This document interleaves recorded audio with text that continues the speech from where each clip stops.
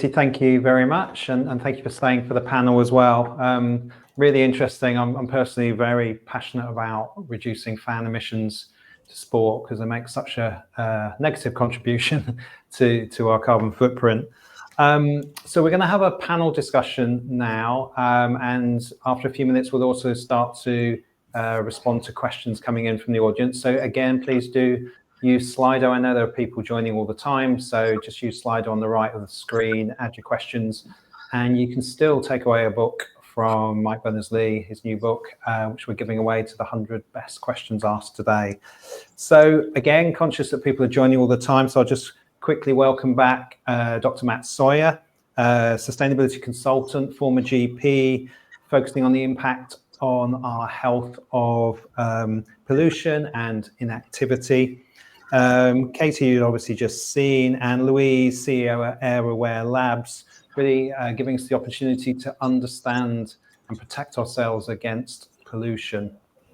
Well, I thought it might be worthwhile just starting there, if that's okay. In terms of the messaging that we use and have used for some time in the transport area, I'm thinking in particular that we've focused very much on climate. And there are all sorts of knockbacks to that. For example, we're too small, all the emissions are being generated in China and Russia and the USA.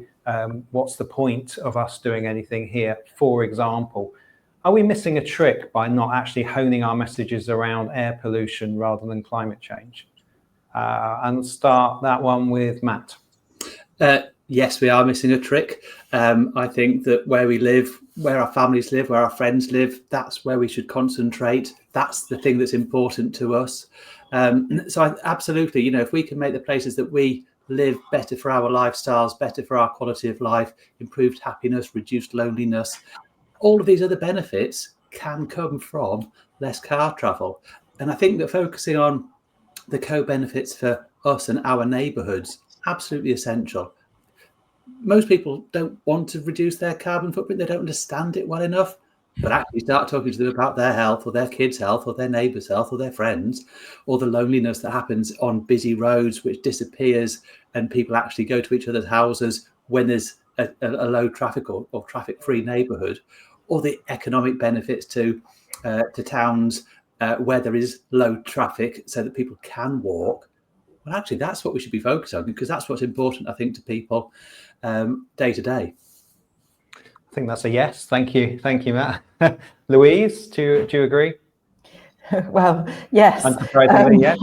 I'm just wondering what more to say. I mean, yeah, as I said, it's the classic. It is a global health crisis, air pollution, but it's felt at an extremely local level. So so the actions that we can take will be felt locally. So yeah, absolutely. I won't take up more space.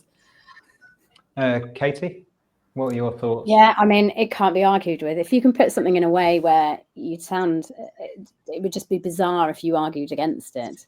And air pollution is one such thing. Whereas climate change, people could argue against it because essentially they have immediate barriers day to day that are much more important to them in the immediate. No one is going to argue.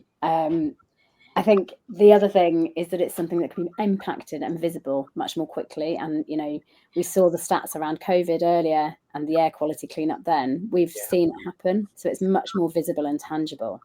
I will, though, touch upon your question, which is really how you put it, because you put it exactly like a Bristol City fan put on the main fan forum when we first launched Bristol City. They had said, what is the point of this? What can we do if India and China don't curb their emissions? And we saw 2 other fans come in and explain that, we don't track imported carbon. That's not part of what we measure. But, the amazing thing about it was that conversation was happening on a main fan forum off the back of just launching this initiative. And it's when you get those deep conversations between, again, trusted messengers that you delve a bit deeper. Thank you. Matt, what does the future look like if we don't seriously tackle air pollution soon? Well, I think I'd widen that to air pollution and physical inactivity, because I think that they are intertwined with fossil fuel car use. And we've got, more obesity than ever. We've got physical inactivity that is contributing to a whole host of diseases. The health service is to be frank, overrun at the moment. We're never going to have enough money to be able to offer all of the care that we want or need. But actually, if we flip it round, that illness is caused by our lifestyles, our physical activity, our air pollution, our diet, we can actually reduce the amount of illness that needs to be looked after by health. Well, actually, that's good, because if you've got people who don't have these conditions, that's fantastic. They don't need looking after because they don't have the condition. So I think that we need to be focusing more, from my health perspective, more on keeping people well, preventing illness in the first place, as much as managing things. So if we don't do something different, well, we're just going to get more of the same, more overwhelmed, longer queues, less ability to access healthcare. Bradford, 25% less people who had asthma ending up needing, appointments. Well, that's fantastic. That's what we should be doing. People who don't become ill because it's being prevented, means that it's there accessible for people who do need it. Yeah. And whilst we're addressing this, of course, emissions are declining at the same time. I mean, that's win, win, win, win, win, win, isn't it? Yeah. So, Louise, in terms of large organisations, large employers, what more do they need to start doing in terms of air pollution? Yeah, thank you. So, first of all, understanding their own impact alongside their carbon emission impact would be a very good step. And then we would add in taking it into the employee health realm as well. So as in my talk, a huge impact on employees' productivity at work, but also, a good employer should be caring about the health outside of work as well. And air pollution, as we said, is a very significant risk factor within many different short and long-term health conditions. So increasing the conversation around air pollution, I don't know where the poll ended up earlier, but it was kind of in the 80s or 90s of employers should be doing more. So getting the conversation going, having people understand what it means to be impacted by air pollution, and then what can they do about it, both in terms of protecting everybody around them by the choices that they make, and about how they themselves are impacted and how they can reduce their exposure. Okay, fantastic. And just before we jump to the questions from the audience, Katie, just a question on the pledges and the emission reductions and no doubt the air pollution reductions that will result from those pledges. How do we know that people that have pledged actually do, or do we? So, this is where we look at what we want to determine. So we are looking for people to carry this general consciousness around them. And that's exactly why we've gone down the academic research route. That is the only way to know. It has to be self-reported. So a lot of people say, well, can you get them to send in a picture?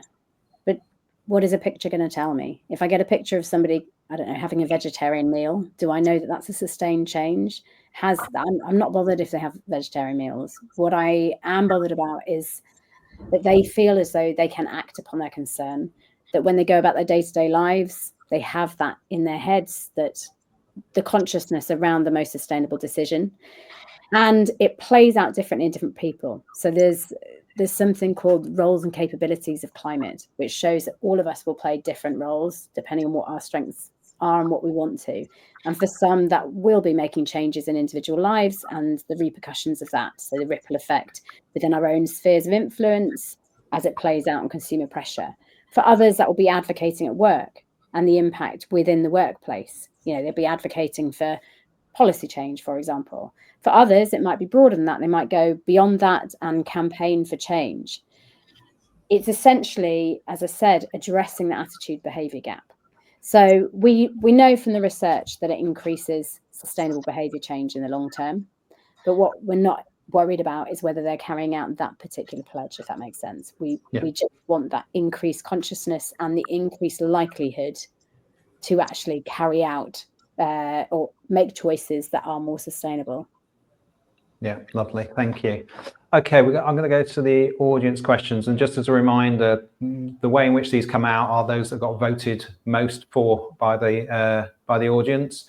The beauty of being on a panel, of course, is you can stick your hand up or not to any of these questions. So we'll see who wants to go with this one. So many job descriptions end with phrases like must have a full driving license and access to a car. If we want to change this, should we begin with recruitment policies? And that one's from Tori Richardson. Who'd like to go first on that? I don't mind taking it. Okay. Katie, you want to go first? Yeah. I'd only say this is an excellent idea. I mean, where we can identify things that are going to make structural change is a really good idea. So an example is within theatre and film is something called the Green Rider Clause that was introduced. And this was so that certain actors who wanted for things to be booked more sustainably for them and it constantly be considered, it was automatically in their contract. So they didn't need to have that conversation. So where we can look at things that, facilitate this and just ensure it's part of that policy is exactly right. And of course, this makes it more inclusive as well. Matt, Louise, any thoughts? I was just going to say that from a social inclusion perspective, if we know that 20% of those in the lowest quintile of economic deprivation don't have access to a car, well, you're excluding people from jobs that it's not about the car, it's about can you travel to and from the workplace, however that happens to be, in an appropriate manner. And if you need to travel as part of the job, can you do that to fulfill your role? It's not the car, it's the can you travel. So absolutely, this is just excluding those sorts of policies. I think exclude people rather than include them. Yeah, no, brilliant. Okay, Louise, would you like to pick up the next one? This is from Rosalind. Cigarette smoking used to be cool, but now it isn't. How long before car exhaust pipes go the same way? Yeah, I love this one. That's great. I'm glad you threw that my way. Yeah, my 6-year-old daughter, if she's occasionally offered a lift in a friend's car, spends her whole time telling the driver, the other parent, how terrible cars are, and it's really embarrassing. But she's got a point. So yeah, I mean, we often talk in the air pollution world about how the storyline of how smoking really did, we turned a corner on that, and it's partly the understanding of the impact on your own health, terrible pictures of diseased lungs and so on, but also the social impact of secondhand smoke and that impact on children and all of that all came together very effectively. And if only we could do the same for air pollution. So yes, I mean, obviously we are seeing some shift now with nitrogen dioxide going down in places, including London, as a result of more restriction on cars and shift to electric vehicles, but there's a long way to go, and we also do see a lot of the kind of motor normativity, cars sort of the rights of car drivers coming first is still a big cultural issue to overcome. So a long way to go. But yeah, I'd love it if anybody who was involved in that kind of fantastic marketing work with the NHS and Public Health England or whoever it was at the time that really did turn the corner on smoking could do the same for air pollution. That would be brilliant. Thank you. Matt, I'm going to ask you, because obviously your GP background, on the next one, and also the work that you do with the NHS and their targets. How would you engage staff who work on the NHS frontline with sustainability, including travel? They often have more important things at the front of their mind than issues like how they commute, recycling, idling, etc. That's from Becca. Absolutely. In the interest of time, I will mention two things. Firstly, I will mention some work that I did with Birmingham Women's and Children's Hospital. We were talking to the A&E staff and the ITU staff, the intensive care unit staff, and they had a lot of people, a lot of kids coming in with respiratory conditions. We showed them what the air quality was on their doorstep, the kids had to come through to get into the hospital, and suddenly you saw light bulbs going off across the room. So it's not that this is a separate issue. This was affecting their day-to-day, their workload, and the amount of illness that they saw in children. And I think the second is that I would just point the questioner to Manchester. The Manchester hospitals have done some really great work on helping staff to become engaged, to be able to change that workforce commute, whether it be through public transport, lift sharing, active travel across the board. And I think they've now got over 40% of their staff not in solo vehicles, which there's a way to go. But in terms of hospital and shift work, that is hugely important, and that obviously has to take staff along with them. So I direct them towards University Hospitals of Manchester and the work that they've done on travel. No, fantastic. And I would just add, the NHS is a big sector of mine that I focus on. The number of sites I talk to where staff are turning up an hour earlier just to find a car parking space an hour before their shift, or they got stressed because they're missing their shift, and then we've got do not attend because people can't get in the car park because it's full of staff cars, etc., etc. So there's so many impacts on those frontline staff from not addressing this, that yes, we need to engage those staff to do that.